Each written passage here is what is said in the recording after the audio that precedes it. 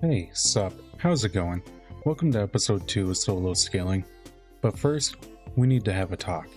Due to an unforeseen event, we have gained a level in another skill by not doing anything. You heard me correctly, by not using the skill, we have gained a free level in that skill. I had not predicted this, and I had no knowledge before this series that this event even existed. While I'm not going to restart the challenge over this mistake, if I was to redo it, next time I wouldn't talk to Willie until I was ready to start the fishing skill. And with that out of the way, my goals for today are to collect enough forage items to give to Sandy, make enough money to start buying and smelting copper ore, make several tappers, and hopefully reach level 10 foraging. Now that summer is upon us, I think now is a good time to start making use of some of the wood that we're collecting. I want to collect a bit more wood, sell a bit of wood, and start collecting and selling the forageables of the summer season so that we can make more money. Because I want to start buying some of the copper from Clint and actually make a couple furnaces so that we can make the bars, make some tappers, start getting some passive income going while we're still using the foraging skill. And we'd also be able to upgrade the axe, which is going to help with our foraging skill and getting hardwood. As we are level 6 foraging, I did choose the forester path so that we could get extra wood from the trees. My goal with the tappers is to have them on every type of tree that I can get a hold of. That way I can have oak trees getting me the resin for the kegs that I want to produce when it comes to farming. And then I want the maple and the pine tree to be producing passive income. As for forageables, I have stockpiled a bit of the daffodils and dandelions. However, now that we are in summer, I would like to stockpile the sweet peas, as doing a bit of research, I found that there are 3 forageables that Sandy loves. The daffodils, the sweet peas, and a winter forageable flower. Unfortunately, there is a chance that we may not make it to winter using the foraging skill, as there is a chance that we might be able to hit level 10 foraging before winter happens, and if that's the case, we won't be able to use the winter forageables to improve our relationship with Sandy. However, there is also a chance that we may be able to still get her far enough just from the ones that we managed to acquire. If that's not the case, we can also use other items that she likes to increase our relationship with her so that we can befriend her.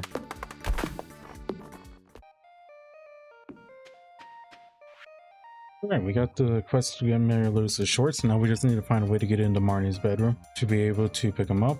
And while I do know that there is the glitch way to get in, I would rather do it the way intended to make the challenge a little more difficult.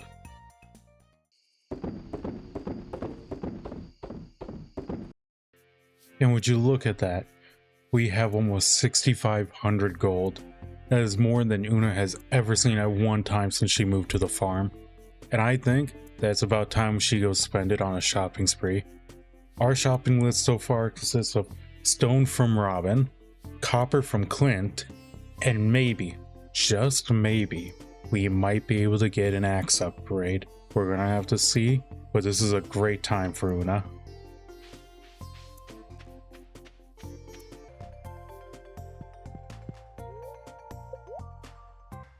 So we know that we need copper ore, but how much? Well, doing the math, we need 55 in total. But here's why. We need 20 for the furnace. We need 25 for the axe upgrade. And we need an additional 10 for the charcoal kiln, which, while double checking the furnace amount, I remembered was a recipe that we knew. And that will allow us to turn our wood into charcoal or coal so that we can have an additional coal to continue smelting without having to mine. Is how we're going to be able to do this without having to buy it from Clint or go mining for it. Unfortunately, that does only leave us with just shy of 2,400 gold, but we still have a quest to give Evelyn a grape, and that's going to net us an additional 240 gold, which should be more than enough to get us to 25 stone that we need from Robin, and then we can head back and we can get that furnace made and start smelting. And we just need 25 stone for the furnace, which is going to leave us just enough to be able to get that axe upgrade. This is going to be a great day for Una. She's going to get exactly what she's wanted, that axe upgrade.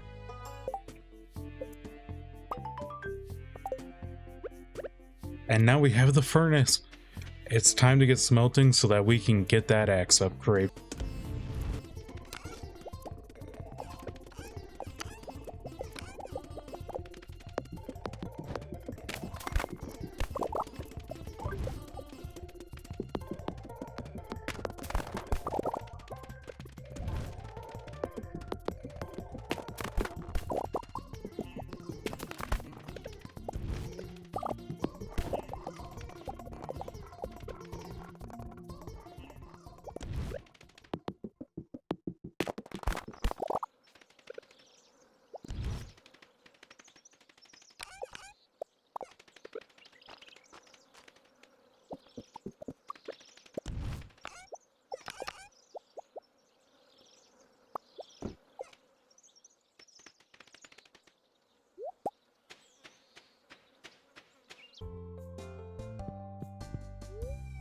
And here we are. We are actually being able to upgrade our axe for the first time. Our first upgraded tool. And we did it without any mining. In a couple days, we will be able to use that upgraded axe to go further, to do more, to be better.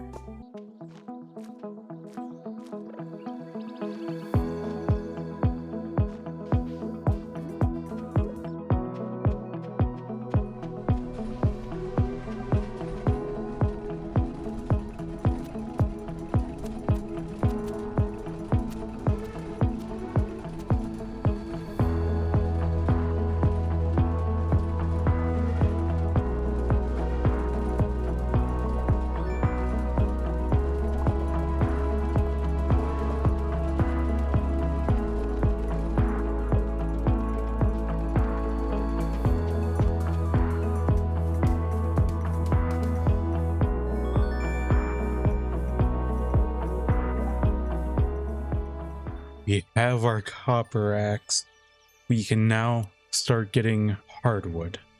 And that, in turn, brings me to a goal that I had in mind, but I didn't think we were going to be getting to this early. To help with making money for foraging, we are going to be crafting something special, and we are purposely going to be making a part of the farm wild.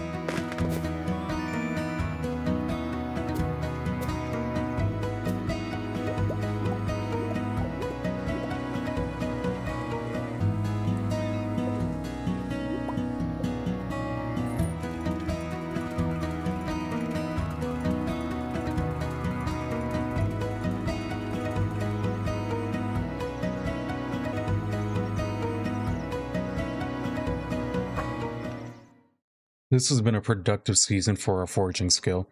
Not only did we manage to get the copper axe, but we even managed to get the steel axe. But that's not all. We have 6 tappers on these trees to generate passive income and stockpile oak resin for our kegs in the future. We also have 7 mushroom logs in this part of the farm, which I've purposely kept more wild for this very reason. I plan on putting more down so I can stockpile mushrooms before we hit the big 10 in foraging. And of course, we hit the 25k benchmark, allowing us to choose the type of cave on our farm. Now, I spent over an hour looking at the wiki and debating the pros and cons of each. Ultimately, I decided to go with the mushroom cave, and here's why. The worst sale price of the mushrooms is still better than half of the 4 common fruit in the bat cave. Likewise, with the exception of the red mushroom, almost every mushroom is better at health and energy recovery than the 4 basic fruits the bats will give you. And unlike the bat cave, the mushrooms are guaranteed to respawn in 2 days. This will give us another renewable source of money and allow us to further stockpile mushrooms for when we're done with foraging. I should mention, there is a caveat in my current setup.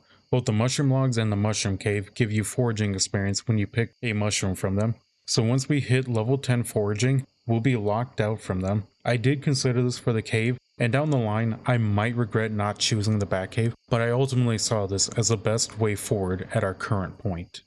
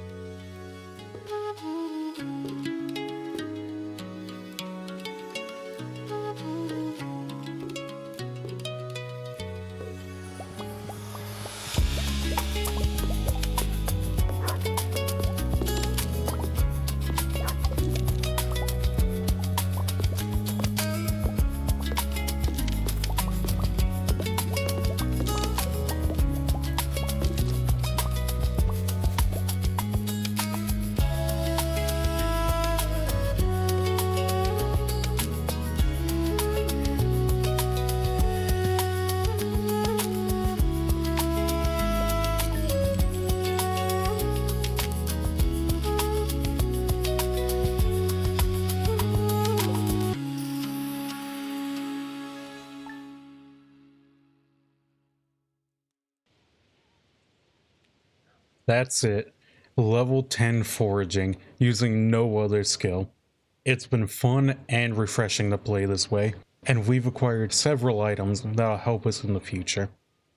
In my inventory, I've got a orange tree sapling, which I got from Lewis's home using a prize ticket. Furthermore, we have 2 starfruit seeds, one from Gunther and the other from the traveling merchant. Unfortunately, we didn't get to stockpile as many mushrooms as I was hoping before level 10 foraging, but that's just how it goes. I'm not meticulously planning out every step. I'm taking each hour and day as they come, and that's one of the reasons I'm having so much fun with this challenge. It's forcing me to think about how to achieve my goals in ways I've never had to do in the game before, and I'm loving it. We've made just above 39,000 gold from foraging, and what a time it's been. We may not have made progress towards all of our goals, but we've made progress to upgrading the home and ensuring that the entire beach is accessible. In terms of marriage, we only need a bit more money and to figure out who we're going to marry. And honestly, level 10 foraging couldn't have come at a better time. Both the farm and the valley have become overrun by rocks. This has made traversing the maps more difficult, and I'm ready to change our skill to one where the rocks aren't going to matter. But I think a short farm tour is in order to see how our farm looks at the end of only foraging.